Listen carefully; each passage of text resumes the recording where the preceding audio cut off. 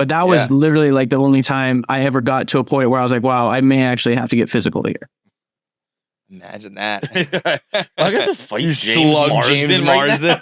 Dude, that would rub my heart. I kind of want to punch James. Are you kidding? Tickets are on sale for KFC Radio Live. Click the link in the bio. Get yours. Come out and hang with the boys. Look at the shirt, Ronald. Wow. That is unbelievable, man. Thanks, bro. It's old school, man. I'm bringing it back. How old are you? 30. You're pretty young for that, no? When was G Unit? Man, we're listening to 50 Cent in 6th grade. Easily. Yeah, I guess so. Because I'm 38, so I was, for me that was like early or mid high school, I think it was. That's fucking great. G Middle school for sure for me. Did you have the shirt that had the gun holsters on it? Do you remember that one? I did. It was like you were carrying I don't have that one anymore though. That's where I drew the line. I was like, I don't know if I can be walking around. I shouldn't be wearing any of this stuff, but I'm not gonna walk around with a fake gun holster on me. That's great, dude. Yo, what a whirlwind for you, huh, dude? Oh man, dude, that's an understatement. Yeah, we were stuck to Marsden last week, and I was like, there have been people who have been the subject of pranks or social experiments. Like, it's not totally unique, but what you went through might be like, you're like the only person on the planet Earth that can really speak to this experience because of it occurred during the social media era. It's such a big hit. It was done with celebrities, all these good writers. Like, it really is a very, very unique experience that I don't know if anybody else could really relate to. Yeah, I think people are blown away by the fact too that like they can't comprehend that I didn't have technology for 3+ weeks. Yeah. Like I keep seeing a lot of people like, well, then weren't you able to like get hold of your friends and family on the weekend? It's like, no, dude, they took away everything. Like I didn't have my phone. Like that was not an option. That's the craziest part of the whole fucking story. Yeah, and people are just like, yeah, all right, like almost a month with no phone at all. That's great, man. I'd be like, let's just skip all the proceedings. Like he's guilty. Give me my phone back. yeah, whatever it takes for me to get my. Good for you for being able. Were you like bugging out, or are you one of those people who can disconnect? Honestly, dude, it was like one of the best breaks ever of my life. So from like what I was doing beforehand too, I'm dealing with customer complaints. If there's issues with installers, I'm running these different job sites. So I'm constantly have people calling me, and it's always with issues too. Nobody ever calls to say, hey, you guys did a phenomenal job. No, absolutely. Yeah. So I'm always dealing with issues. And so like not having to respond to emails or angry customers or issues with installers. I was like, dude, this is honestly a nice break. So, all right, let me start from the beginning, because talking to James, I wasn't totally sure. And I can't exactly remember like what they said on the first episodes. Because there are so many points throughout this where I was like, he's gotta be in on it or no or whatever, because some of these things are so outlandish. But was it just that you thought like a documentary is being filmed, and so like it's going to be a little bit different from a regular jury experience? Like, were you ever, and I guess prior to that, what made you do this? Like, why were you like in on this whole experience in general? Yeah, so a few points to touch on that one. So starting from the beginning. So I signed up for this for a few different reasons. Like this was a win-win-win situation for me.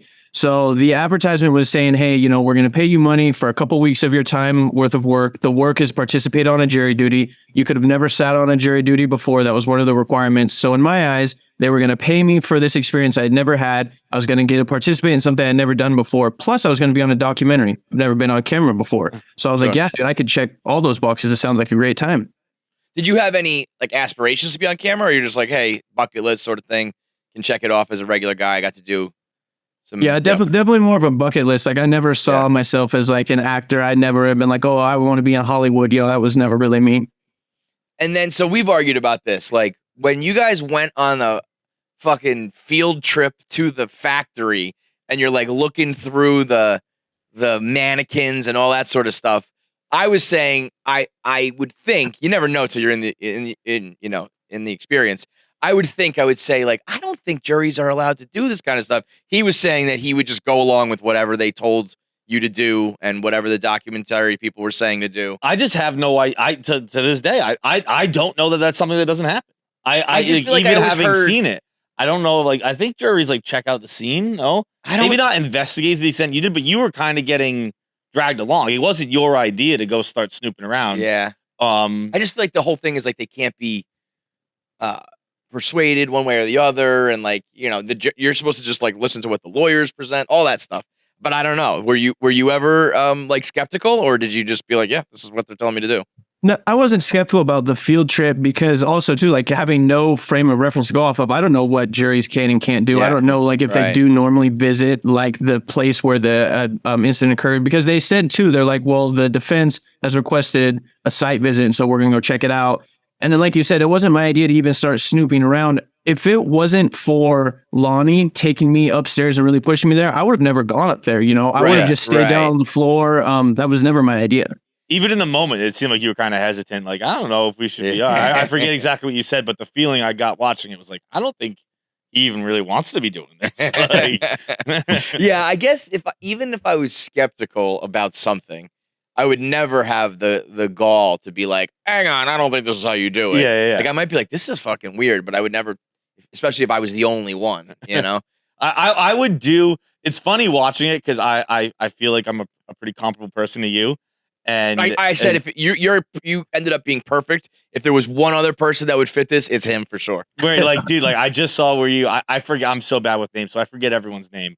But the kid who got drunk and broke up with his girlfriend, and when you just took the phone call, I was like, this is exactly what I would do. Like, even to the point where you refuse to tell him that she told him. Like I'm like, I don't know, man. Like I'd call her, dude. The final words was like, I'm breaking up, and you were like, click. And he's like, what'd she say? Nothing, man, nothing. I just, next time you get some time, I'd give her a shout. like, I'm not delivering this, dude. So good. But I would, like, I'd so reluctantly grab the phone. I'd be like, fuck, I guess I gotta vouch for this guy. Like, yeah, it was an accident. I don't know what to tell. Like, that's the story I have. I don't know what he said to you, but there's so many times they want from me there, What's that? I said, I don't know what else they would want from me in that situation. Like, that's all I could give them. Yeah, like I think all at the same time, you are genuinely seem to be one of the nicest guys with a heart of gold, but also like one of the most normal guys. Like some of the situations you were like, I feel like you went over the top and you really were like gracious to people and helpful. And then there are other times where it's like, yep, that's exactly what I would say. Where it's like, I don't know, man, I'm staying out of this shit. It's like watching a truly normal guy just get thrown into the wackiest shit.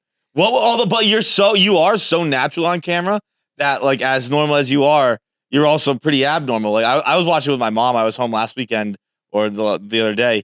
And she's like, he's got to be on that. Like he's just he's so like smooth and he knows what he's doing. I'm still holding out hope that when the finale ends, I told Marsden this. I was like, what if he at the end it's like, joke's on you, motherfuckers. I've been in on it the whole time. I'm still holding out hope. This is all ruse.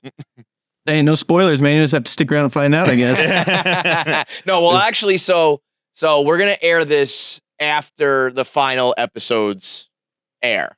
So if we could get you, we'll get to it in a minute, but if we could get some of your thoughts on how everything transpired at that point. I got a question because again, obviously I feel like anyone watching this is putting themselves in your shoes every step of the way and being like, how would I feel here? How would I feel here? And 99% of the time, I'm like, I'd just do what he did. And this one I would do what you did, but I'm wondering what you felt internally. When everyone else got the crane or the origami, I would be like, that motherfucker. Are you fucking kidding me? Like, were you actually heartbroken? I would be upset. I thought we were pretty close. Like, what the hell is this? I mean, like, so there was two different emotions I was feeling. One, I was confused because I had very rarely even seen him talking to other people, let alone even heard him talk. So I was like, when the hell was he even having these conversations? And then, the second thing I was feeling, I was like, man, like, I'm kind of a piece of shit. I was like, I'd made zero time to go talk to this guy. Everybody else got to know him super well. Apparently, he's the best guy in the world. So I was like, yeah, I'm fucking slacking over here. But that with the juxtaposition of how your actual interaction with him, where he was just like, I'm going to go pound off real quick. Yeah, I'm gonna rub one out. I gotta rub one out. Like that. I think the thing that resonated the most with me and probably a lot of people is when you were like, these sort of things just always happen to me. Like when you were the 4-person and you had to like order the lunch or whatever they were making you do, and you were kind of like, it just always falls in my lap. And I think there's a lot of people who, in one way or another, like sometimes I feel like I'm on a prank show, that they're picking me out, and like it can't possibly be coincidence. how can this happen again and again and again, whatever it may be. I think that feeling is pretty relatable, where it's just like, yep, I know. I knew it was going to happen, and it did, and it's like the 10th time in a row. But that, like, they just must have got lucky in that sense, right? Like, they didn't know that about you, no? Yeah, I mean, well, yeah, I would say they got lucky in a lot of ways, but honestly, like my interview process to even be a part of this was so long. It was like a month and a half long. Like I remember at one point about halfway through it, I remember thinking to myself, like, if I have anything else going on right now, like I would just quit doing this. Like it wasn't worth the time. Like, I mean, I had to do multiple Zoom interviews, phone calls. I had to submit videos to them. I had to go talk to a psychiatrist. I had to go get a physical. Like I had to do. Bro, how much were they paying? This is crazy. That's what I'm saying too. I was like, dude, this isn't even worth it at this point. But like, they got to know me so well during the interview process that like, and I believe that that's why, you know, it was so long, because obviously they had to make sure that I was going to be the right person. Do you know, like, how long before you started shooting was that? So when did I started talking to them like December of 2021. And then we started filming, I think it was like the second or third week of February 2022. So from December until about mid-January to late January. And did they say where it was going to be aired? Obviously not the exact answer, because that would be set up some alarms. But did they give you a hint of where it would be? No, so I actually did my own research because it was, the name of the company was American Orbit Films.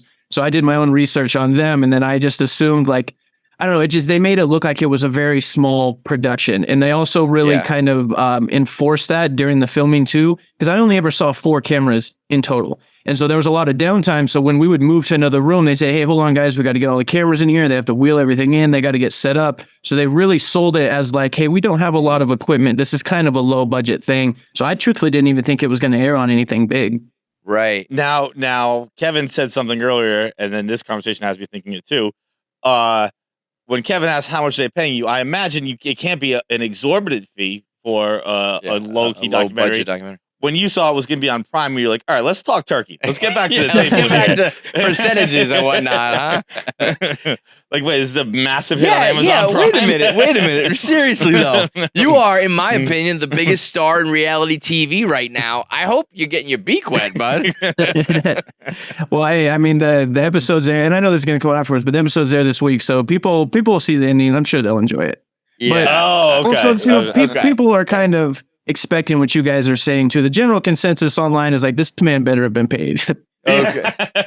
Yeah, we won't. Imagine that they're like, here's your $500. See you later, bro. Here's your $500 and a turkey sandwich. Fuck off.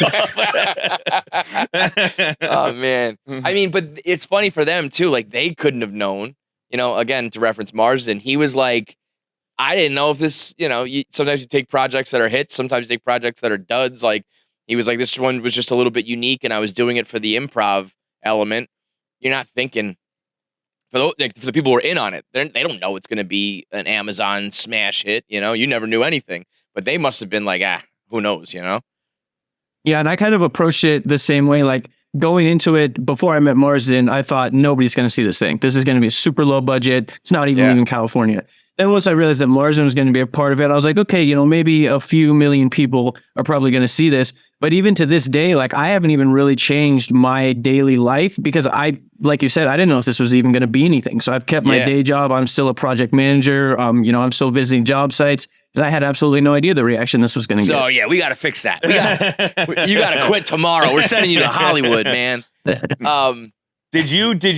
One of the things we were talking about was, you know, I guess I watch a lot of TV, so I recognized a few of the guys. Dude, he recognized like everybody.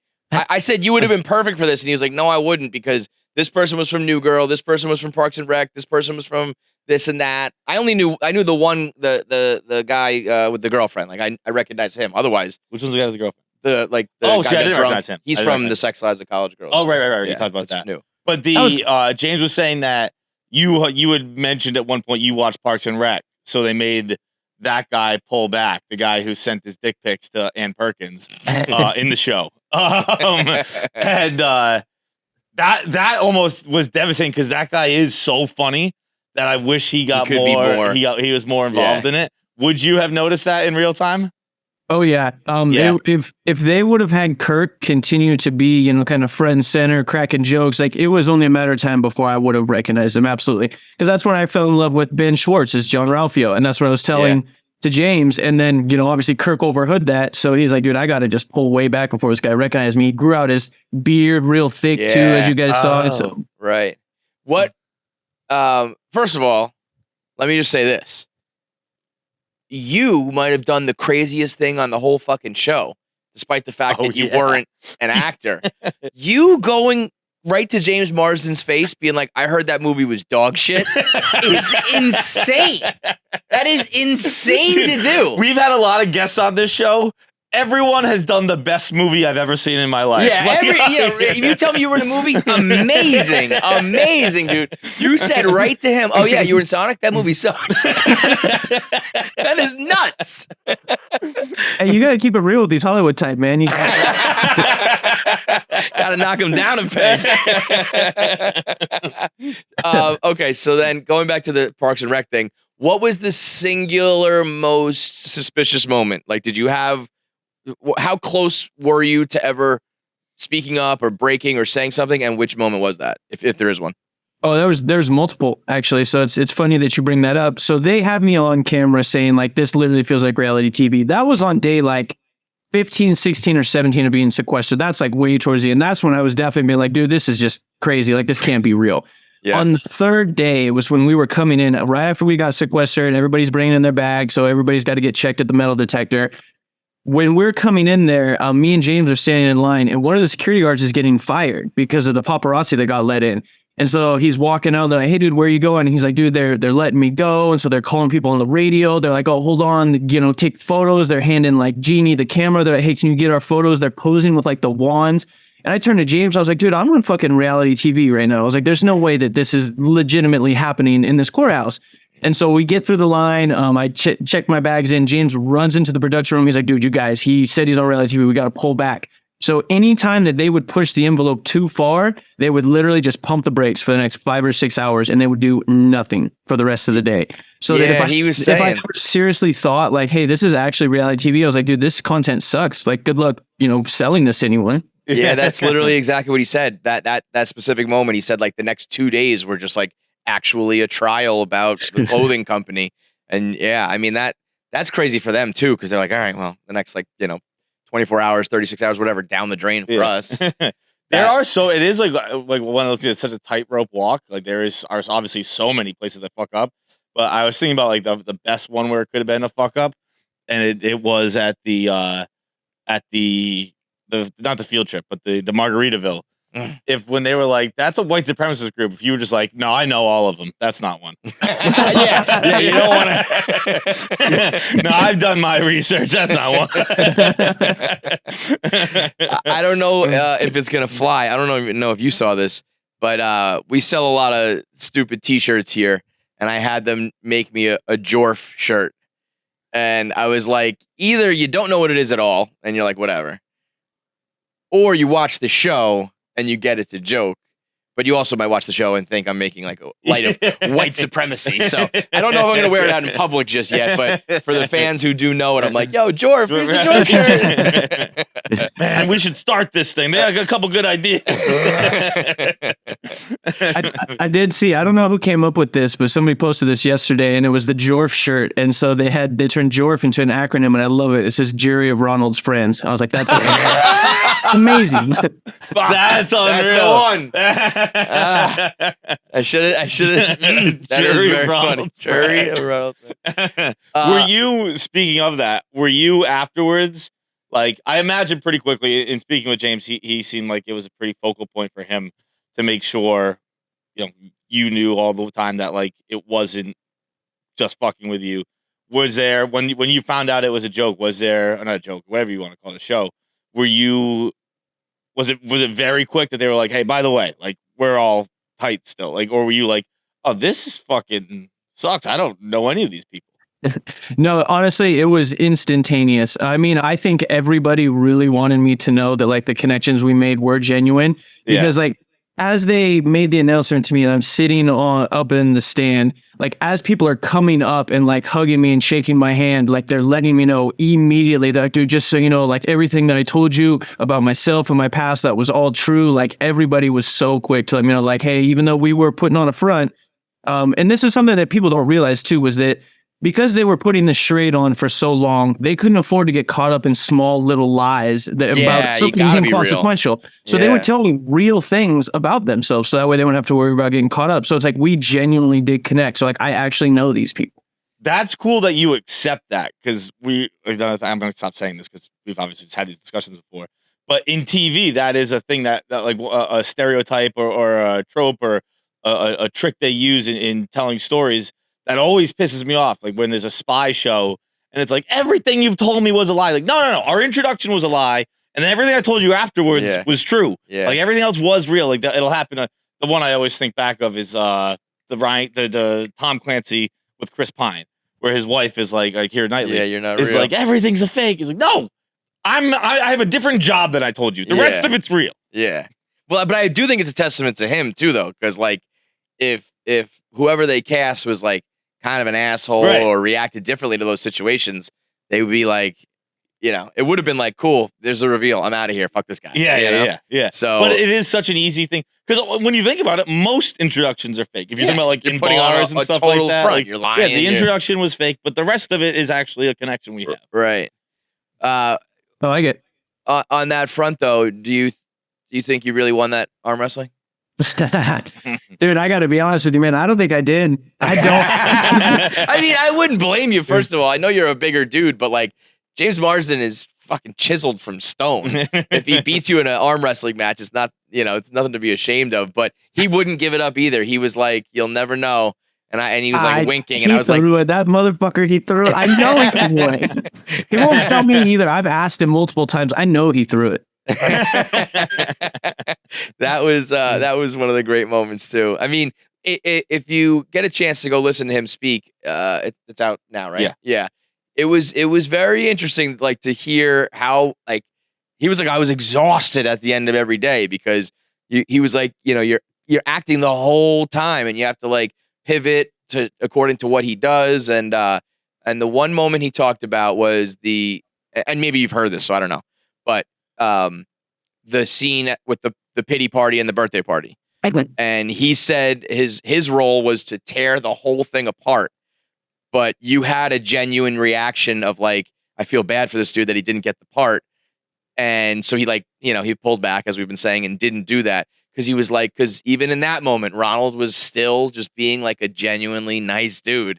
Whereas like, who knows, like in that spot, that person could have like grabbed him, pushed him, like been mad at him. What are you doing? Why'd you ruin the party? But even he was like, he was like at every turn was just like a cool guy every single step of the way. Yeah, that actually is the probably the one point where you and I would have differed, is like, I probably would have got like, this guy's a dick. Yeah, come on, enough. Like, we put up with a lot of shit here, dude, but now you just ruined the party. Everyone else, like with like individual regular people, I could be like, yeah, they through walks of life and this and that. With Marsden doing like method acting and stuff, I'm like, bro, fucking chill. All right. Yeah, like, when he was napping and he just went, there's like a jump scare. Yeah. But when he was freaking out, did you have any thoughts of like, were you angry ever at him, or is there anybody you were not cool with at any point?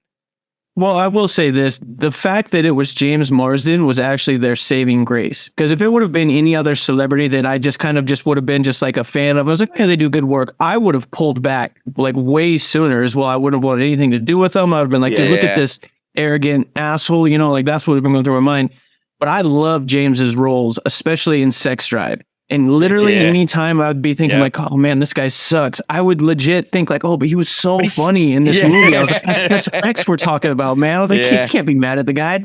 But then he'd show up to court the next day and he wouldn't be as douchey. He would have toned it back a little bit. So like, this guy's not so bad, Yeah, he did toe the line well. So much we don't see. Like that is a testament to his acting too, because like he really did toe that line very well.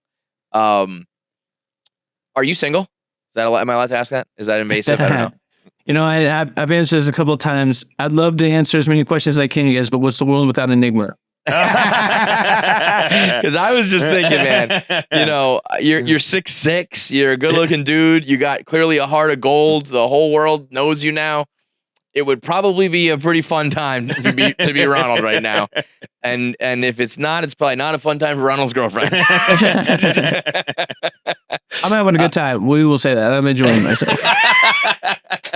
I love it.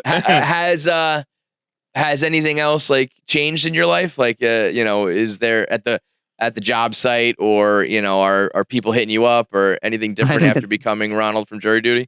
I mean, people are definitely getting a hold of me for sure. Honestly, the reason I'm kind of growing this out, a little bit of a camouflage. I have yet to be recognized yet, which is fantastic because I don't really want to be. But I'm going into people's houses. I'm leaving them business cards with my first and last name on it. I'm having conversations with these people. So I'm just praying that they don't, recognize it, because I don't want to spend an hour in somebody's house talking about my experiences. Like, I'm literally on the clock right now, lady. Yeah.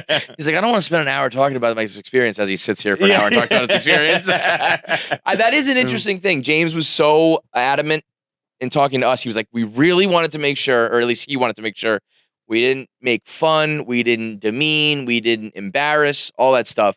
But the one thing that, like, what if he really was like, I guess if you sign up to be in a documentary, you know that someone's signaling they're okay on some level. Yeah. But you're not, like, what if he really didn't want to be famous? What if you wanted no part of being recognized ever, and like you don't have the choice now. We're on Amazon, Was there any sort of like, did they have to ask your permission to air it on Amazon or anything like that? Or was it like you signed that away when you agreed to do the documentary?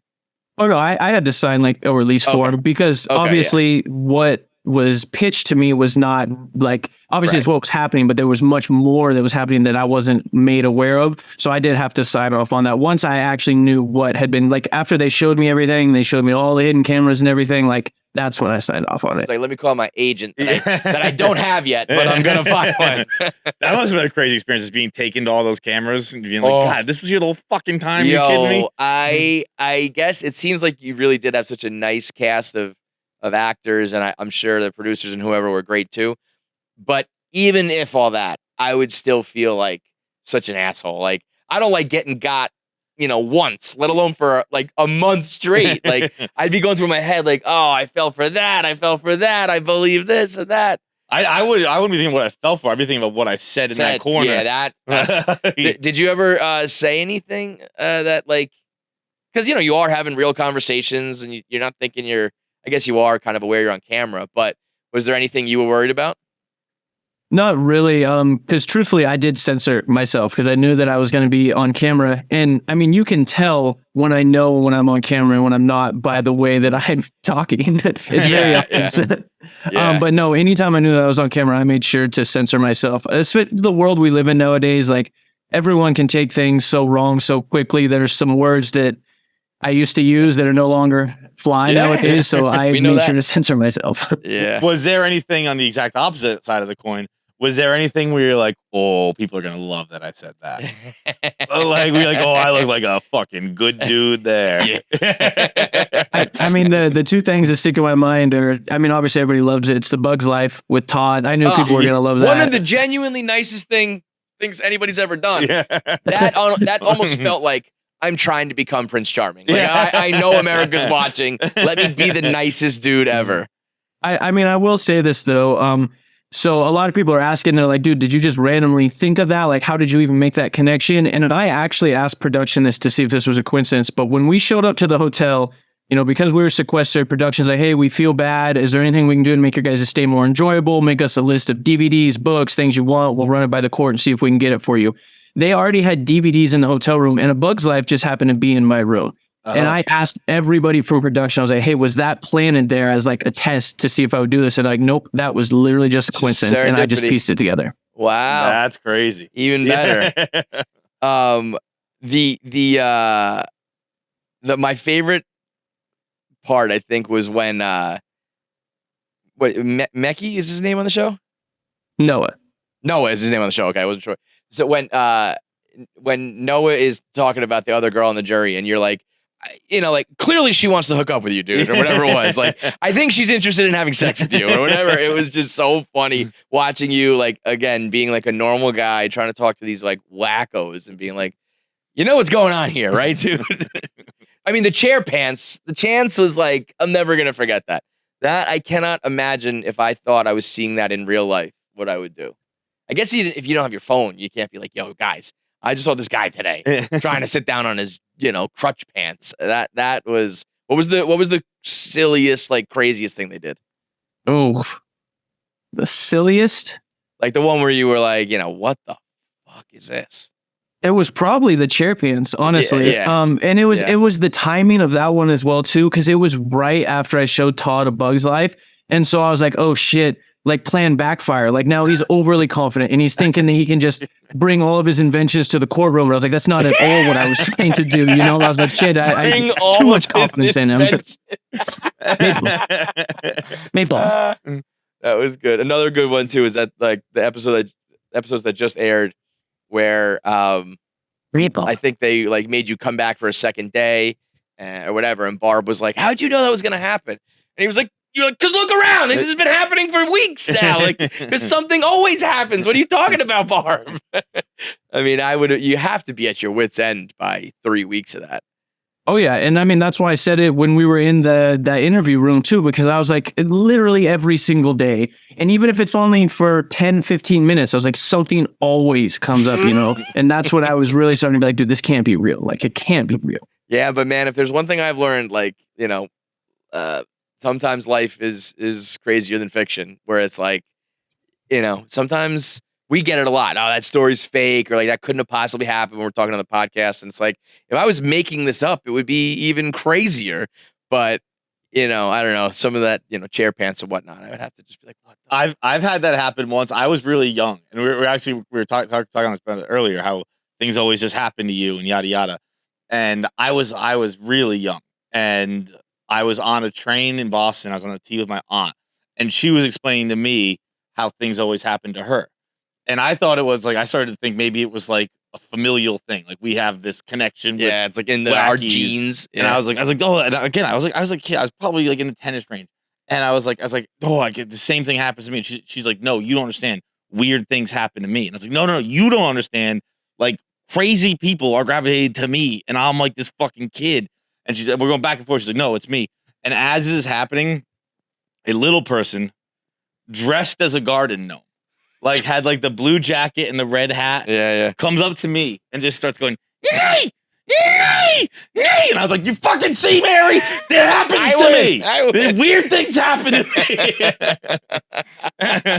Yeah, man. I mean, it sometimes like it's more believable than you think. Like I think a lot of people at home being skeptical, you don't realize just how weird life can be. So I feel like a lot of people, if you had a camera around you where you kind of just go about your daily life, you'd be like, oh yeah, I forgot that was weird. That is crazy. Yeah. I also think the reason you're not getting recognized is for two things. I think number one, if you're not expecting to see, a celebrity or someone on TV, like, you see them on TV, but you don't see them at your job site, at work or whatever, and you're just not looking for it, you have that face blindness. And two, I think it just shows how big the goddamn world is, because I think everyone I know is watching Jury Duty and talking about it, and there are still just people out there who probably are like, I don't know who he is because I don't watch the show.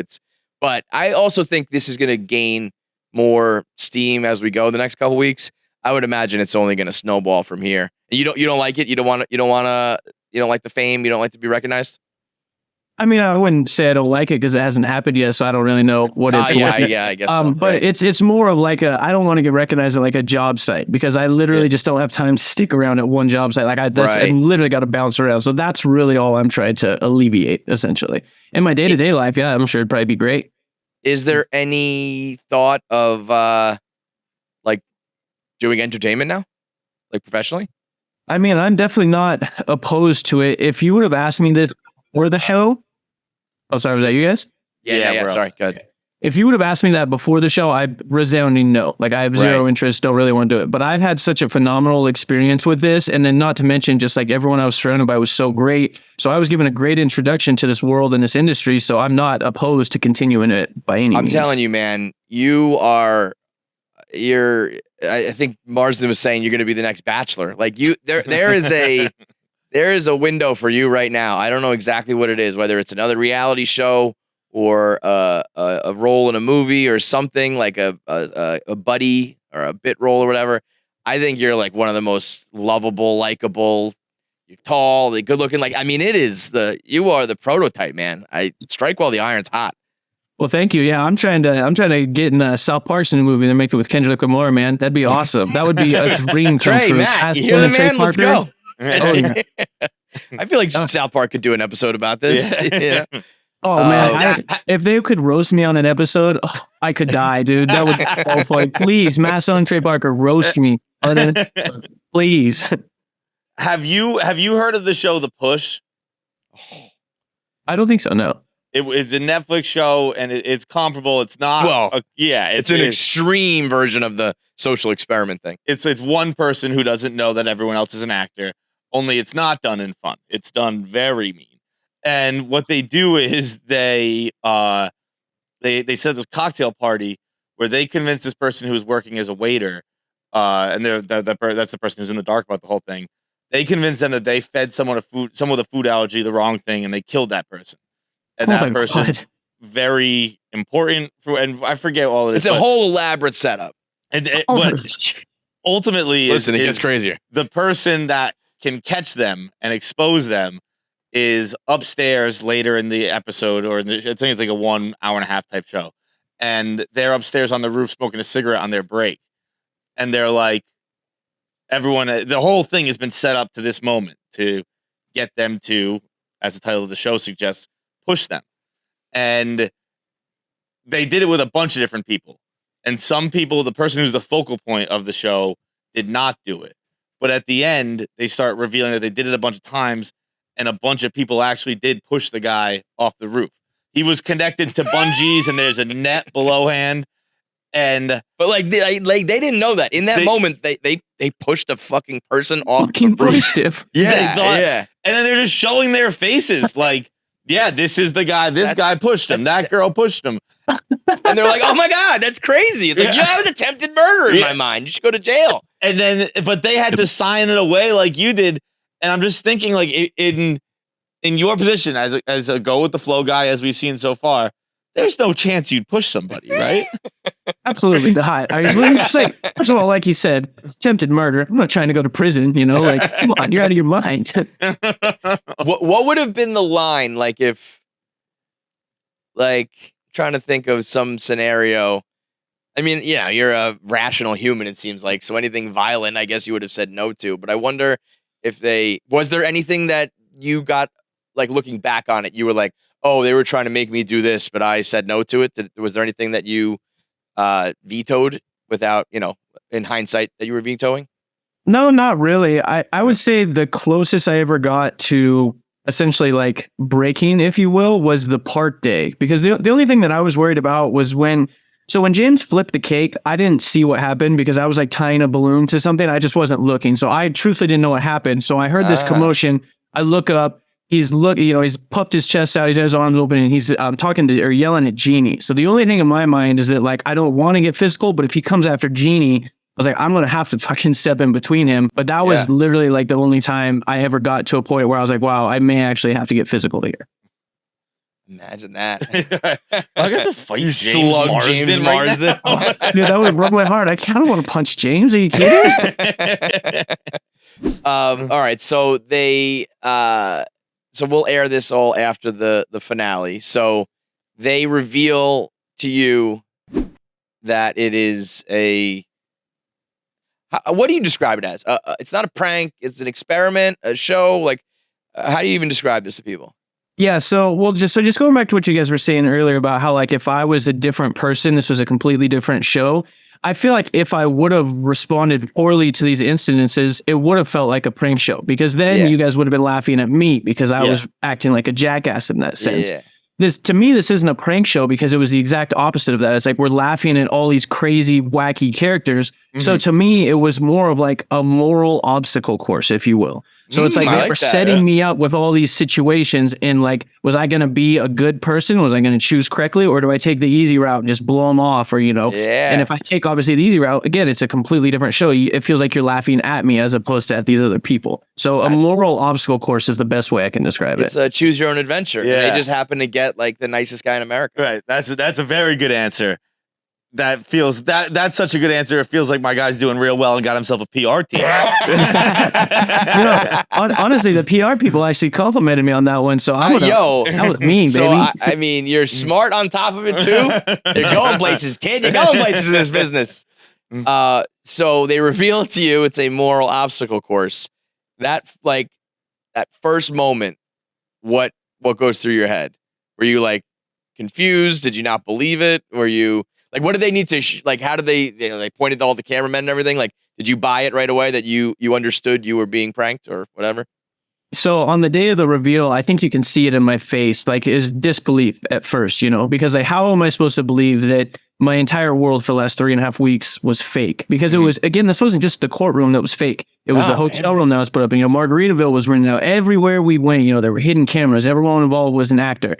So I could not process that information on that same day. It was too much. It was sensory overload. You know, they're throwing tons of different stuff at me. So on the day of the reveal, the only thing I could do was just accept my reality for what it was. I just said, okay, this is happening. There's no point in fighting it because obviously I can't change anything. So I'm just going to kind of go with the flow. I'm going to get through the day. But when I went home that night, when I got in the shower, like it just hit me, you know, I was like, oh my God, what the hell just happened? And to your point, like you said earlier, literally months and months down the road, I would just randomly stop and like, oh my God, that was fake. Or like, oh geez, I wonder if this was staged. You know, like it would just hit me at random times. Yeah, that like people do that with their regular life. You know? Oh, I should have said this, or you know, oh, I messed that up, or think about this like after the fact. I would be thinking about that for the rest of my life. Are you still? I would be texting everybody in the group, everyone on the show. What about this? What about that? You guys still all talk?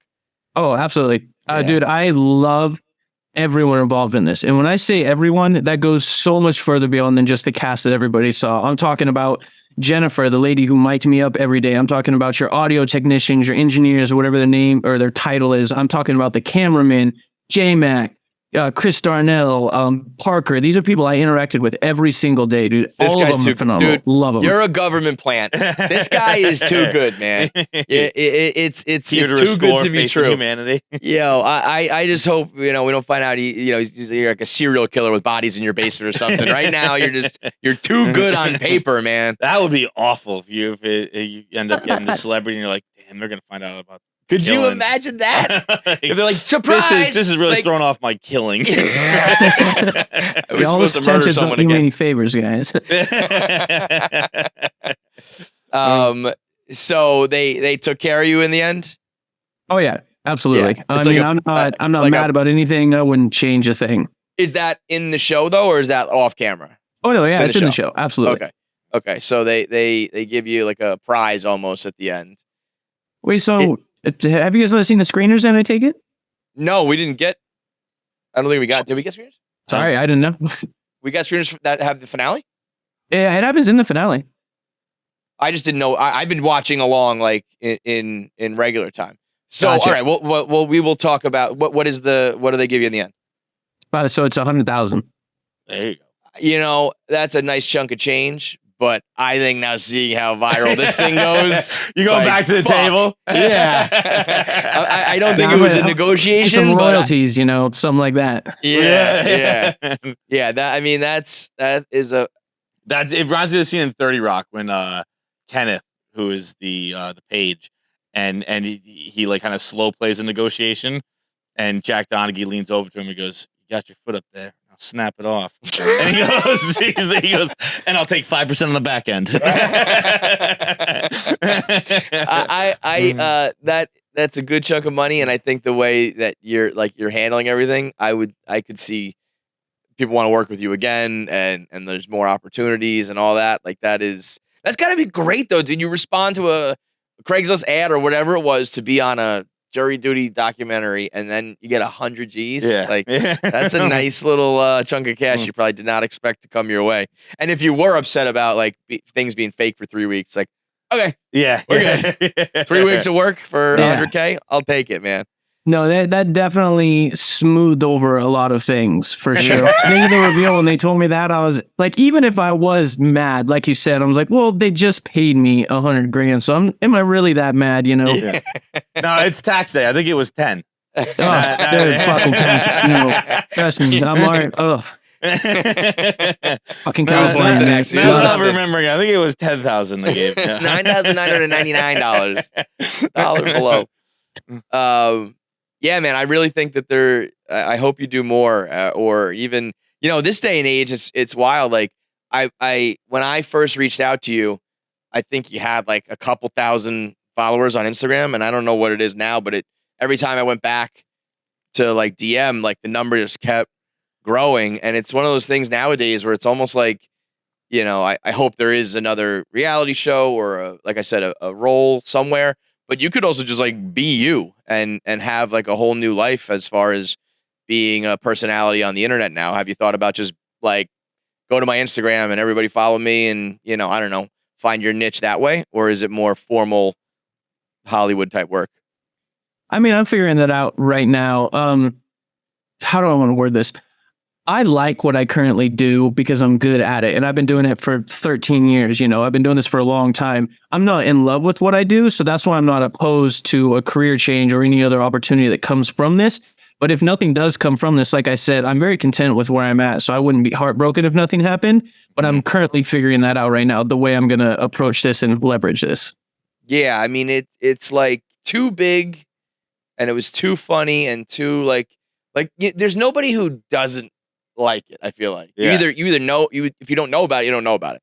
But if you watch it, everyone's like, "Yo, it's amazing," and then a step further, everyone's like, "Ronald is awesome," So I feel like it's too big to not find. It'll just naturally, whatever it does happen, I think it'll be good things ahead, man. I think you're playing it right, and I think if there is some sort of karma or whatever in the universe, it's rewarding you for being an awesome dude because you deserve it, man. So we appreciate it all the time, and the show is great. So enjoy it, dude. You're awesome. Thank you, Ronald. Appreciate it, man. I'm glad you guys enjoy it.